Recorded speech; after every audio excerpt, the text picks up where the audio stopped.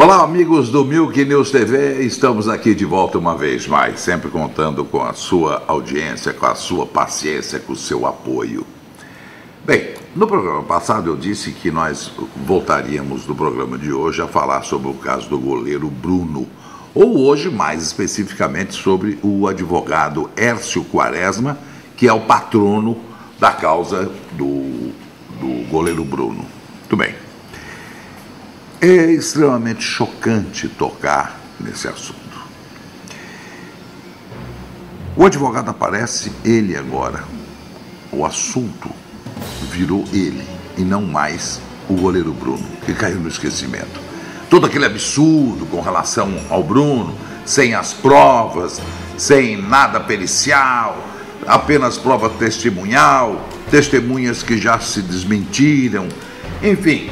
Essa prisão que a gente vem dizendo e repetindo ao longo de vários programas, essa prisão ilegal, essa prisão preventiva absurda desse goleiro Bruno. Bem, eu não gostaria de chegar a tanto. Não gostaria. Até por um espírito de corpo com relação ao doutor Hércio Quaresma. Mas será que não houve uma falha nessa defesa? Será que lá pelo dia 29 de outubro, no auge do caso, o advogado Hércio Quaresma não estava na sua perfeita condição psicológica e física para atuar num caso tão complicado como o Bruno? Será que o Bruno não está na cadeia há tanto tempo, volto a dizer, sem prova, sem os fundamentos legais, por uma falha da sua defesa? Tudo isso é possível se fazer uma ilação, porque o advogado Hércio Quaresma, ele mesmo confessa ser viciado em crack. No programa passado, nós falamos aqui sobre o avanço do crack na sociedade. Deixou de ser aquela droga consumida pelos menos favorecidos para atingir a classe média. Depois a classe média média, depois a classe média alta. O crack, essa coisa avassaladora, está acabando com a sociedade brasileira. E os órgãos de segurança fazem aquelas repressões, tal, mas é uma coisa, não é uma coisa profunda, não é uma coisa para valer. É varrer um pouco o problema para baixo do tapete, como tudo se faz nesse país. O problema é muito mais sério. E eu diria, o problema é mais de fronteira do que do morro. Quando o crack, que é uma manipulação da cocaína, né? Pega-se a cocaína, se acrescenta alguns produtos químicos absolutamente nocivos à saúde, ela se transforma naquela bomba, né? Se petrifica e eles acendem aquilo em cachimbinhos. O efeito é avassalador. Muito pior do que a cocaína, que antigamente corroía a narina de quem aspirava. Hoje, através do crack, que é inalado, ele se torna numa fumaça, vai direto ao cérebro. E aquilo provoca quase que uma destruição de neurônios. É um negócio terrível. E vicia de tal forma que ela pega o seu viciado muito pior do que a cocaína. Se já era difícil recuperar um viciado em cocaína, o viciado em crack é 10 vezes mais, segundo os especialistas.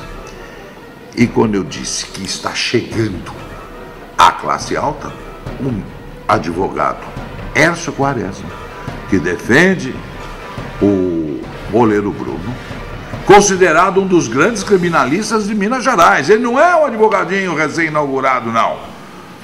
Ele é um advogado considerado um criminalista de boa reputação no estado de Minas Gerais.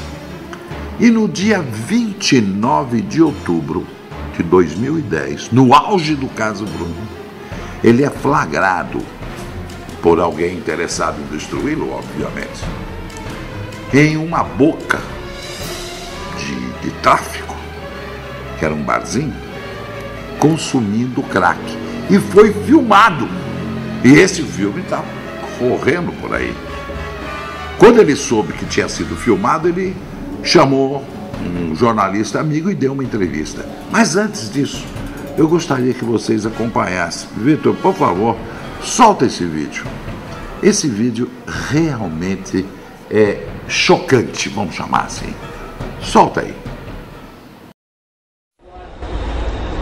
A gravação foi feita no dia 29 de outubro, no bairro Carlos Prates, região noroeste de Belo Horizonte.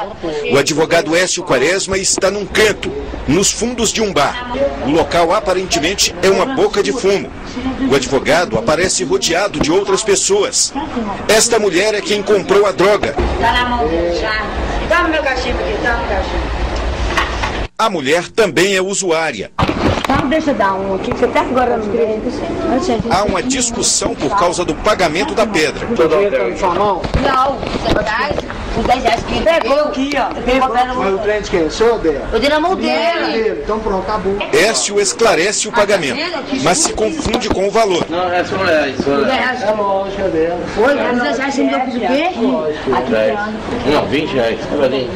Um homem que seria o traficante da área não gosta da confusão. Nada pega não, aqui todo mundo é gente boa, irmão. Mas se acalma ao saber quem está no local. Tá ligado, no cara, no caso do Bruno? Umas pedras, eu conheço, tentando mais.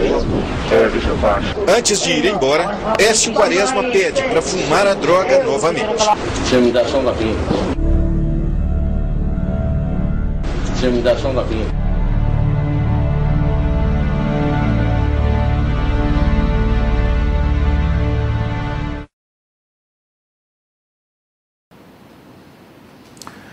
Como vocês viram, é uma coisa a fazer com que as autoridades pensem melhor no problema. A gente vem dizendo isso há muito tempo, não é? Não adianta o combate aqui na ponta. Aquele noiazinho que anda pela rua ser preso, não adianta. Aquele traficantezinho de quarteirão, não adianta. O problema, eu disse no início, é muito mais de fronteira. Lá na fronteira. Porque como o crack é derivado de cocaína, e a cocaína não se planta a folha de coca no Brasil, a cocaína entra no Brasil por onde? Pelas fronteiras, obviamente. Então tem que se fazer uma coisa séria. Eu acabo de retornar de mais uma viagem que passei pela fronteira, vou, volto quantas vezes quiser, ninguém aborda, ninguém fiscaliza, ninguém quer saber quem é quem. Passa-se livremente. Então, o nosso problema maior para combater o crack aqui no morro, ou nas cidades, hoje em a Cracolândia de São Paulo, é combater lá o tráfico. Não adianta vir na ponta, pegar um nóia aqui, botar na cadeia, bater, fazer, esfolar, não adianta nada, ele é uma vítima. E os grandes traficantes, quando eu digo grandes, não pensem que é Fernandinho Beiramar que seja grande. Não, acima dele tem gente muito mais importante. Muito mais importante. Gente de carteira importante. Sabe? Gente de cargos importantes. Envolvidos, direta ou indiretamente, com o tráfico internacional. É lá que tem que ser combatido. Lá. Para que outros Quaresmas da vida não entrem nessa situação. E não pensem que ele é exceção, não. Conheço vários casos de pessoas de uma condição social respeitabilíssima e que se viciaram também no danado ou na danada da cocaína ou no danado do crack. Então, esse combate tem que ser sério. Esse combate tem que ser científico. Não é aquele negócio do vulgo policial que diz pau e bala. Não é nada disso. A bala e o pau, a essa altura, já não estão resolvendo mais. Passou o momento. Agora é inteligência, comunicação, levantamento sério. Incorruptíveis é difícil de achar alguém nessa condição de incorruptível a essa altura. Confesso a você. Por quê? Porque o tráfico é tão poderoso e tem tanto dinheiro, não é? E se nós formos levar em conta que cada um tem um preço, eles chegam em qualquer preço. E aí fica mais difícil. Mas existem pessoas assim. Existem pessoas que não se corrompem. Existe. Dentro da polícia, existe. Eu conheci vários, muitos, felizmente, em que eles não aparecem. O que aparece? Aparece mais o corrupto, porque aí ele vira manchete. Agora, aquele que trabalhou 40 anos dentro da polícia, ali certinho, que hoje vive da sua aposentadoria modestamente, esse não aparece, ele fica no anonimato. E também ele não fez nada mais do que obrigação dele, concordo com isso.